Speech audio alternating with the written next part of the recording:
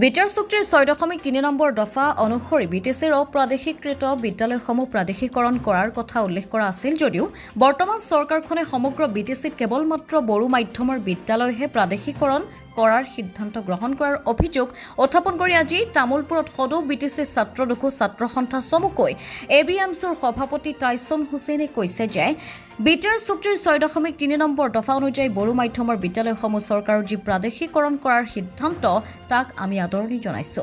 ইয়াৰ সমান্তৰালভাৱে কেৱল মাত্ৰ বড়ো মাধ্যমৰ বিদ্যালয় প্ৰাদেশিকৰণৰ সিদ্ধান্ত গ্ৰহণ কৰি অসমীয়া মাধ্যমৰ বিদ্যালয়সমূহ বঞ্চিত কৰাৰ কথা কেতিয়াও গ্ৰহণযোগ্য হ'ব নোৱাৰে। বিটিআৰ চুক্তিৰ 6.3 নম্বৰ দফাত কেৱল মাত্ৰ বড়ো মাধ্যমৰ বুলি কথা নাই। বড়ো মাধ্যমৰ সমান্তৰালভাৱে অসমীয়া মাধ্যমৰ বিদ্যালয়ো প্ৰাদেশিকৰণ হ'ব লাগিব। অসমীয়া মাধ্যমৰ বিদ্যালয় প্ৰাদেশিকৰণ নকৰিলে সদৌ বিটিচি সংখ্যালঘু ছাত্ৰ সন্থাৰ বিভিন্ন দল সংগঠনৰ লগতে ৰাইজৰ সহযোগত তীব্ৰ গণতান্ত্ৰিক আন্দোলন গঢ়ি তোলাৰ হুংকাৰ প্ৰদান কৰে এবিএমচিৰ সভাপতি টাইছন হুছেইনে। আমি জানিব পাৰিছোঁ যে নিৰ্বাচন আচৰণ বিধিৰ সময় পাৰ হোৱাৰ লগে লগে বিটিআৰৰ যিমানসমূহ বড়ো মাধ্যমৰ বিদ্যালয় আছে অপ্ৰাদেশিকৃত বিদ্যালয় সেই বিদ্যালয়সমূহ প্ৰাদেশিকৰণ কৰা হ'ব আৰু বিটিআৰ চুক্তিৰ 6.3 দফা অনুসৰি এই প্ৰাদেশিকৰণৰ কাম কৰিবলৈ অসম চৰকাৰ আগবাঢ়িছে। প্ৰথম ক্ষেত্ৰত আমি এবিএমচিয়ে বিটিআৰ অঞ্চলৰ বড়ো মাধ্যমৰ যিসমূহ অপ্ৰাদেশিকৃত বিদ্যালয় আছিল সেই বিদ্যালয়সমূহ বিটিআৰ চুক্তিৰ 6.3 দফা অনুসৰি যি প্ৰাদেশিকৰণ কৰিবলৈ আগবাঢ়িছে এই কাৰ্যক আমি স্বাগতম জনাইছোঁ। কিন্তু এই ক্ষেত্ৰত আমি এবিএমচিয়ে স্পষ্টভাৱে অসম চৰকাৰক দৃষ্টিগোচৰ কৰিব বিচাৰিছোঁ যে 2020 চনৰ 27 জানুৱাৰী তাৰিখে স্বাক্ষৰিত হোৱা বিটিআৰ চুক্তিৰ 6.3 দফাত স্পষ্টভাৱে উল্লেখ আছিল যে government of Assam will initiate measures to provincialise schools and colleges established in BTAD. অৰ্থাৎ বিটিআৰ চুক্তিৰ 6.3 দফাত স্পষ্টভাৱে উল্লেখ কৰা আছে যে বিটিএডি অঞ্চলৰ যিসমূহ অপ্ৰাদেশিকৃত বিদ্যালয় আছে সেয়া যি মাধ্যমৰে নহওক কিয় প্ৰতিখন বিদ্যালয় আৰু মহাবিদ্যালয় প্ৰাদেশিকৰণৰ ব্যৱস্থা কৰা হ'ব। কিন্তু এই ক্ষেত্ৰত চৰকাৰে সিদ্ধান্ত লৈছে যে একমাত্ৰ বড়ো মাধ্যমৰ বিদ্যালয়সমূহ প্ৰাদেশিকৰণ কৰা হ'ব। বড়ো মাধ্যমৰ সকলো বিদ্যালয় মহাবিদ্যালয় প্ৰাদেশিকৰণ কৰক, তাত আমাৰ সহযোগিতা থাকিব, স্বাগতম থাকিব। কিন্তু তেনেকুৱা সময়তে অসমীয়া মাধ্যমৰ অপ্ৰাদেশিকৃত বিদ্যালয়সমূহ প্ৰতি কিয় ইয়াত কৰা হ'ল, চূড়ান্তভাৱে বঞ্চনা কিয় কৰা হ'ল, এই প্ৰশ্ন আমি অসম চৰকাৰৰ সন্মুখত উত্থাপন কৰিছোঁ। এই প্ৰশ্ন আমি বিটিআৰ চৰকাৰৰ সন্মুখত উত্থাপন কৰিছোঁ। আজি আপোনালোক আটাই জানে যে এই বিটিআৰ অঞ্চলটোত বিভিন্নসমূহ অপ্ৰাদেশিকৃত বিদ্যালয় আছে।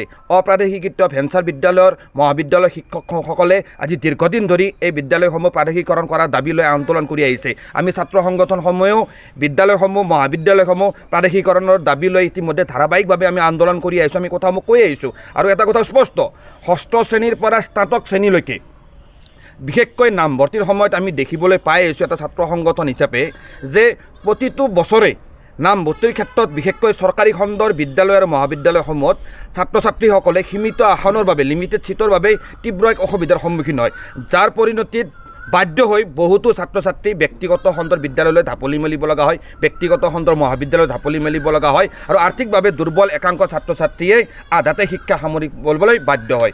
আজিৰ তাৰিখত যিসকল শিক্ষকে ভেঞ্চাৰ বিদ্যালয় মহাবিদ্যালয়ৰ জৰিয়তে এই বৃহত্তৰ অঞ্চলৰ ছাত্ৰ ছাত্ৰীসকলক পাঠদান কৰি আছে, শিক্ষা প্ৰদান কৰি আছে, আজিৰ তাৰিখত যদি ভেঞ্চাৰ বিদ্যালয় মহাবিদ্যালয়সমূহ বন্ধ কৰি দিয়া হয়, বিশেষকৈ অসমীয়া মাধ্যমৰ ভেঞ্চাৰ বিদ্যালয় আৰু মহাবিদ্যালয়সমূহ যদি বন্ধ কৰি দিয়া হয়, তেনেহ'লে চৰকাৰে সেই ছাত্ৰ ছাত্ৰীসমূহৰ যিটো লোড সেই লোডটো ল'ব পাৰিবনে, সেই প্ৰশ্ন আজি আমি উত্থাপন কৰিছোঁ। মূলতঃ কোৱালিটি এডুকেশ্যনৰ কথা কৈ থকা প্ৰমোদ বড়ো ডাঙৰীয়াই, বিটিচিত নলেজ ফেষ্টিভেল পতা প্ৰমোদ বড়ো ডাঙৰীয়াই আজিৰ তাৰিখত বিটিআৰ চুক্তিৰ 6.3 দফা অনুসৰি অসমীয়া মাধ্যমক সম্পূৰ্ণভাৱে বঞ্চনা কৰি একমাত্ৰ বড়ো মাধ্যমক প্ৰভিঞ্চিয়েলাইজ কৰিবলৈ যি সিদ্ধান্ত গ্ৰহণ কৰিছে বা অসম চৰকাৰে যি সিদ্ধান্ত গ্ৰহণ কৰিছে এই সিদ্ধান্তত আমাৰ বিৰোধিতা আছে। বড়ো মাধ্যমৰ বিদ্যালয় মহাবিদ্যালয় প্ৰাদেশিকৰণ কৰক, তাত আমাৰ ৱেলকাম থাকিব। কিন্তু তাৰ সমান্তৰালভাৱে এই বিটিচি অঞ্চলৰ এই বিটিআৰ অঞ্চলৰ প্ৰতিখন অসমীয়া মাধ্যমৰ বিদ্যালয় আৰু মহাবিদ্যালয় প্ৰাদেশিকৰণৰ ব্যৱস্থা কৰিব লাগিব।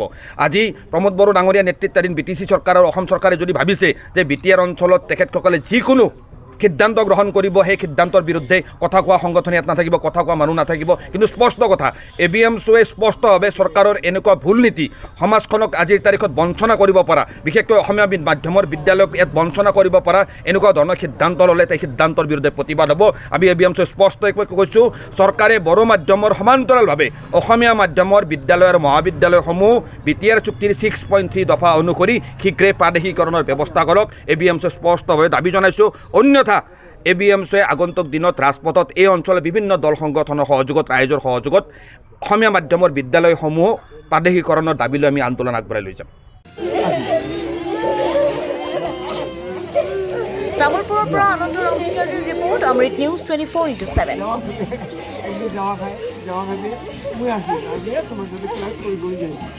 অমৃত প্ৰবাহ অসমীয়া সাপ্তাহিক কাকতৰ ডিজিটেল সংস্কৰণ অমৃত নিউজ সত্যৰ সন্ধানত অমৃত নিউজ